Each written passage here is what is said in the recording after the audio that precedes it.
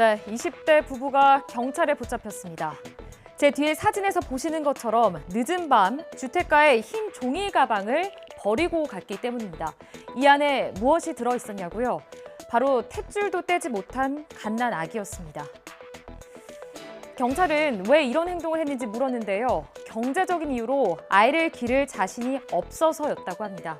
다행히 빨리 발견되면서 아이의 건강에는 큰 이상이 없는 것으로 확인됐는데요. 만약 조금만 더 늦었다면, 만약 사람보다 야생동물에게 먼저 발견됐다면 상상하기도 싫습니다. 손재호 기자가 전해드립니다. 늦은 밤 주택가 주차장. 여성이 들고 있던 흰 종이 가방을 남성에게 건넵니다. 주변을 살피던 남성은 구석에 가방을 내려두고는 서둘러 사라집니다. 가방 안에는 태어난 지 얼마 안 돼 탯줄까지 달린 여자 아기가 있었는데 버려진 지 30분 만에 울음을 들은 주민에게 발견됐습니다.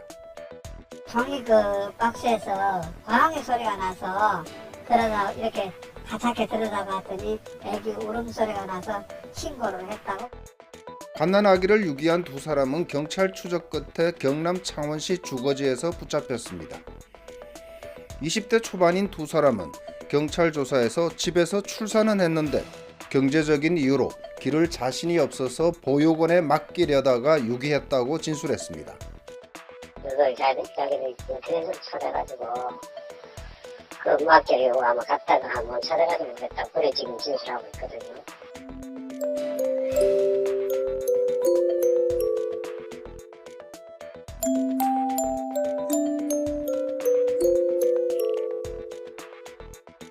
세상에 나오자마자 부모에게 버림받은 갓난 아기는 현재 병원에서 보호 중입니다.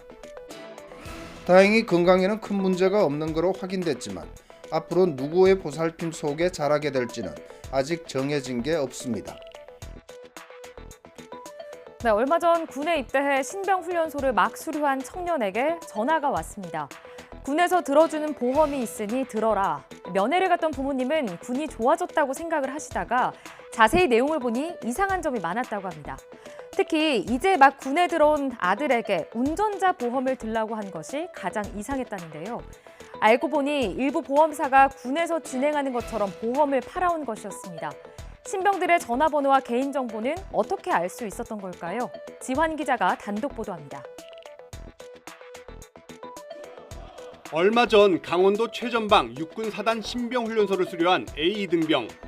수료식 당일 부모님이 면회를 왔고 펜션에서 함께 식사하는 자리에서 전화가 걸려왔습니다.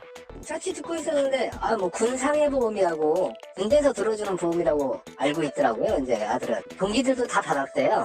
그런가 보다 있었는데 전화 끊고 인증 문자가 카톡인가 오더라고요. 요즘 군대 참 좋아졌다 하면서 지켜봤던 아버지. 그런데 좀 이상했습니다.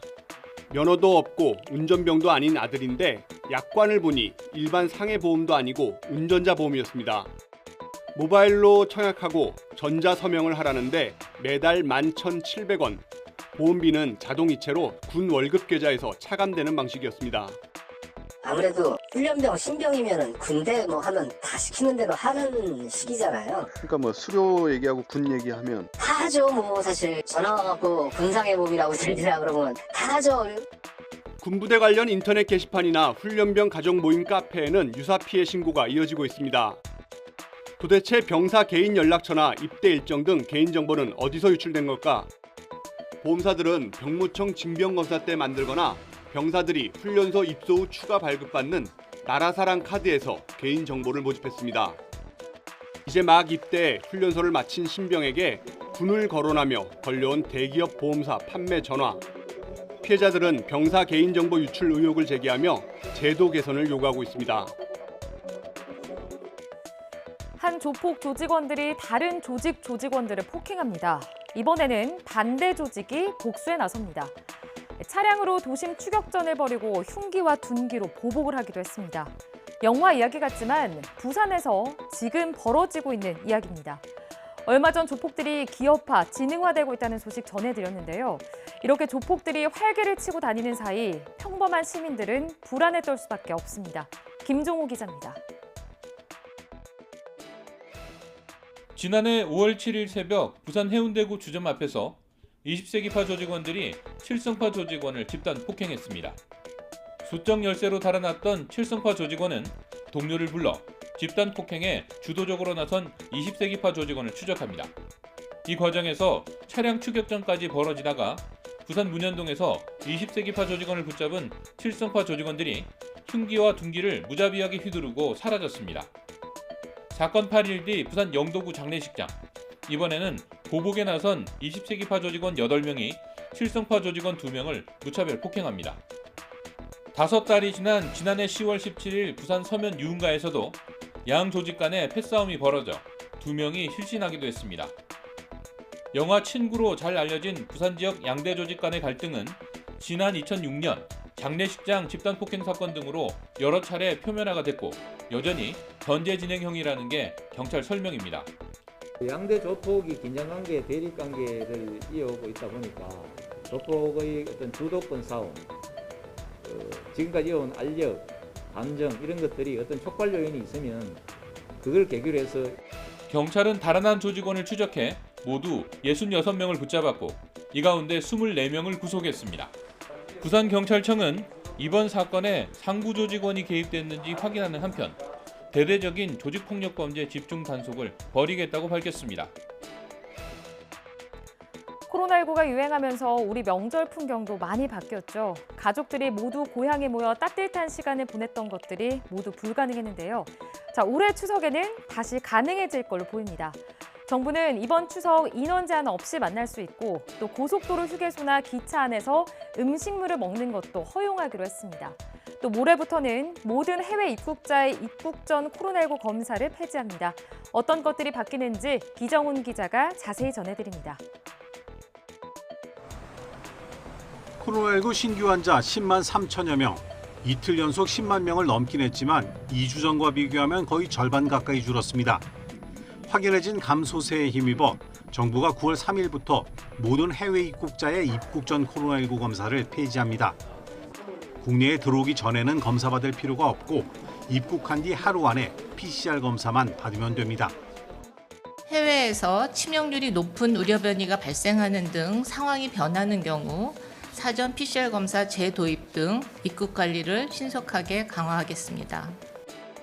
또 이번 추석엔 모임 인원 제한 없이 가족들을 맘껏 만날 수 있습니다. 거리두기 없는 첫 명절 연휴를 맞아 정부는 고속도로 휴게소나 버스, 기차 안에서 음식물 먹는 것을 허용합니다. 그러나 방역에는 틈이 없도록 연휴 기간 전국에서 선별진료소 603곳, 임시선별진료소 69곳을 운영합니다. 특히 고속도로 휴게소 9곳에서는 임시선별검사소를 운영해 PCR 검사를 무료로 받을 수 있습니다. 검사에서 처방까지 한 곳에서 받을 수 있는 원스톱 진료기관도 연휴 동안 하루 최대 2,300여 곳, 누적 5,300여 곳이 문을 엽니다. 모든 곳이 연휴 내내 운영하는 건 아니기 때문에 미리 확인하고 방문해야 합니다. 문 여는 원스톱 진료기관 가까운 곳에는 당번 약국도 운영해 먹는 치료제도 쉽게 처방받을 수 있도록 했습니다. 응급 환자를 위해 연휴 기간 병상 1,200여 개를 확보하고 보건소와 응급의료기관 119를 잇는 비상연락 한 라인을 통해 활용합니다. 투석이나 분만 같은 특수치료병상도 요일별 가동 병원을 지정 운영하는데 119나 시도 콜센터 120에 연락하면 문 여는 병원을 안내받을 수 있습니다.